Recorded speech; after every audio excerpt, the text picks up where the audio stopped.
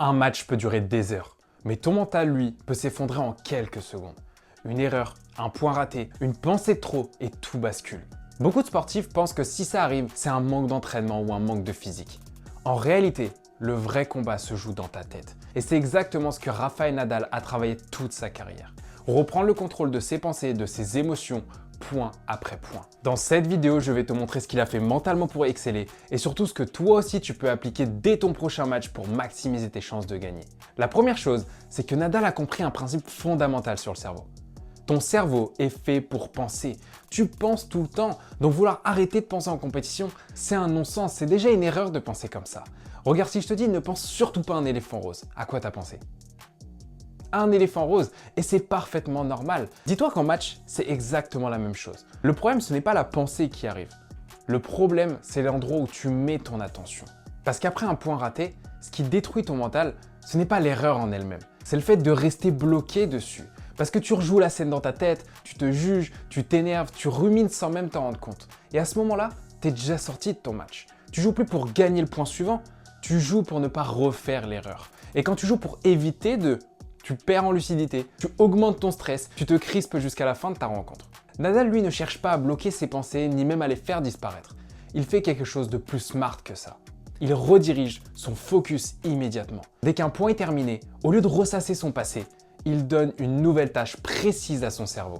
D'ailleurs, énormément de personnes trouvent ces routines bizarres, voire même inutiles, alors qu'en réalité, elles sont l'une des armes mentales les plus puissantes du sport de haut niveau. Ces routines, elles ont même un seul but, ramener son esprit dans l'instant présent pour le couper du bruit mental.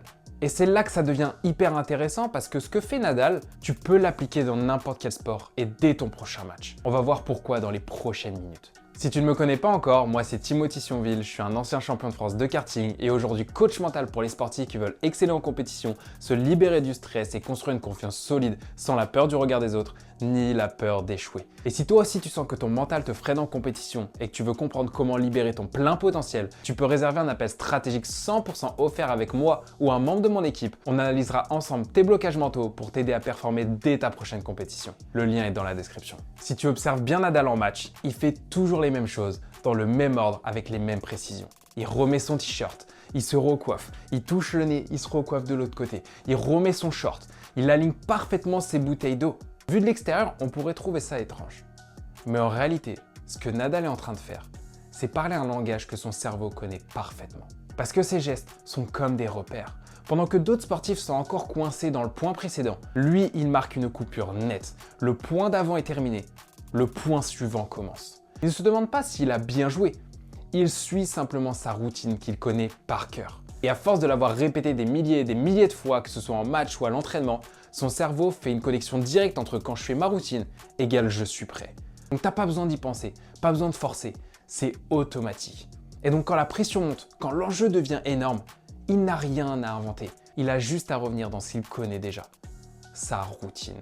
Et ça, tu peux le reproduire, pas forcément avec les mêmes gestes que Nadal, mais avec le même principe. Une routine courte, qui t'appartient, qui est sur mesure pour toi, que tu vas pouvoir respecter dans le bon ordre. Et à force de répétition, tu vas envoyer un signal clair à ton cerveau de « Ok, je suis là, je suis présent, je suis concentré, prêt à jouer ».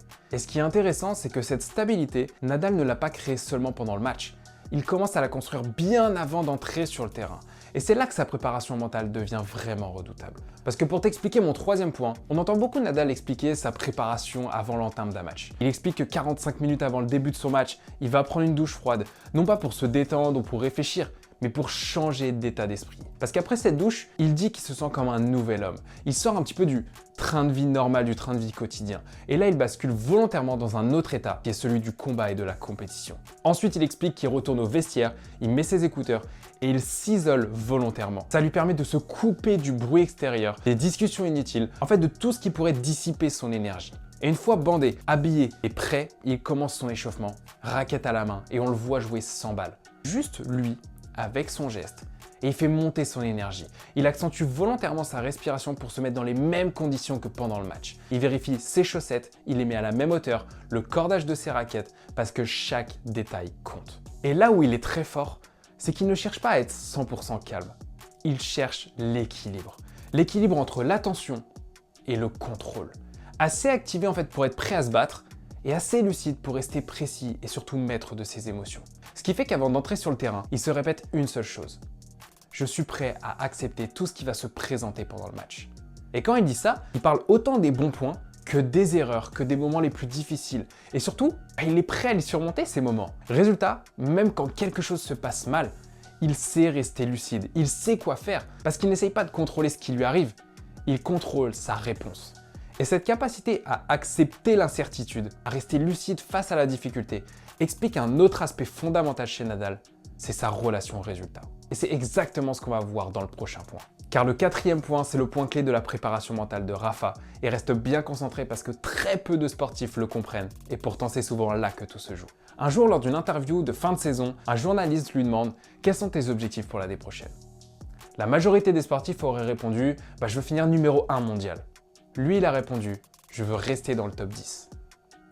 Pourquoi cette réponse? Elle démontre une puissance mentale juste énorme. Simplement parce qu'elle veut dire deux choses. Premièrement, elle veut dire « Je dois continuer à m'entraîner, je dois continuer à progresser, à m'améliorer pour rester dans le top 10 ». Et la deuxième chose, rester dans le top 10 ne veut pas dire être 10e. Donc il se laisse la liberté d'être premier, comme la liberté d'être 10e. Donc il ne conditionne pas sa valeur en tant qu'être humain à une place exacte dans un classement. Il ne se définit pas par un classement précis. Il se pose une autre question beaucoup plus puissante. Comment je peux devenir meilleur aujourd'hui? Et quand on suit sa logique, le match du coup n'est plus un jugement. Ce n'est plus est-ce que j'ai gagné ou est-ce que j'ai perdu. Ça devient est-ce que j'ai progressé? Est-ce que je me suis dépassé? Est-ce que j'ai donné le meilleur de moi-même? Et est-ce que j'ai appliqué? Est-ce que je travaille à l'entraînement? Donc le résultat devient juste un indicateur, non pas une identité. Parce que beaucoup de sportifs sont obsédés uniquement par le résultat. Et je te comprends, j'étais pareil avant. Mais paradoxalement, dans la grande majorité des cas, ces sportifs-là sont ceux qui craquent le plus sous pression. Parce que quand tu es accroché à l'illusion de la perte et du gain, au même degré où tu es attaché à la victoire, tu vas voir l'effet opposé qui va arriver, qui est la peur de perdre. Et à ce moment-là, tu vas te tendre, tu perds en lucidité et tu peux dire adios à tes performances. À l'inverse, quand tu te concentres sur le processus, sur ce que tu peux vraiment contrôler, tu maximises réellement tes chances de gagner. Parce que la victoire n'est plus un objectif à forcer, elle devient la conséquence de tout ce que tu as bien fait avant. C'est un petit peu la cerise sur le gâteau. Alors avant chaque compétition, pose-toi cette question. Sur quoi je peux progresser aujourd'hui? Et là, choisis un aspect, un axe clair et décide consciemment qu'à la fin de cette compétition, tu seras un peu plus fort qu'avant sur cet aspect, puis laisse le résultat venir comme il doit venir. Et avant de passer au dernier point, si tu te rends compte que ton mental te freine encore en compétition, que tu sais que tu pourrais être beaucoup plus lucide, beaucoup plus stable et beaucoup plus performant, alors tu peux réserver un appel stratégique 100% offert avec moi ou un membre de mon équipe. On va analyser ensemble tes blocages mentaux pour t'aider à performer dès ta prochaine compétition. Le lien est dans la description. Le dernier point qui rend Rafael Nadal mentalement aussi solide, et c'est sans doute le plus contre-intuitif, c'est sa vulnérabilité et son humilité. Et quand je parle de vulnérabilité, beaucoup de sportifs bloquent sur ça et se disent « Ah attends, ça veut dire que pour gagner, je dois être faible ?» Absolument pas. Être vulnérable, ce n'est pas être faible. Au contraire, c'est l'un des plus grands piliers de la performance mentale.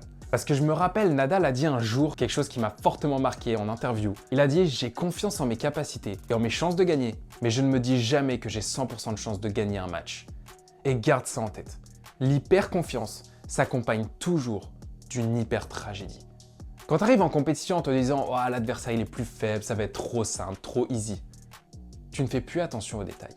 Tu te dépasses moins, tu te relâches, et c'est souvent là que la victoire t'échappe. Nadal, lui, sait rester équilibré. Il sait qu'il peut gagner, mais il accepte aussi la possibilité de perdre. Et c'est justement parce que cette possibilité existe qu'il se bat sur chaque point. Il reste présent, il reste concentré et engagé jusqu'à la fin de son match, peu importe son concurrent. Parce que dans le sport, comme dans la vie, il y a une loi simple à comprendre. Pour accepter de gagner, il faut accepter au même degré de perdre. Pour accepter de vivre pleinement, tu dois accepter le fait que tu vas mourir. Parce que quand tu refuses une des polarités, elle va te contrôler. Mais du moment où tu acceptes les deux polarités et que tu mets de l'amour là-dedans, tu reprends ton pouvoir. Parce qu'au final, ce qui compte le plus dans les yeux de Nadal, ce n'est pas le résultat. C'est de pouvoir rentrer chez lui avec le sentiment d'avoir tout donné. Parce que quand tu es en paix avec toi-même, tu joues mieux, tu te dépasses davantage. Et naturellement, tes performances explosent. Nadal n'est pas fort parce qu'il ne doute jamais. Il est incroyablement fort parce qu'il sait quoi faire de ses doutes. Maintenant, c'est à toi de faire pareil.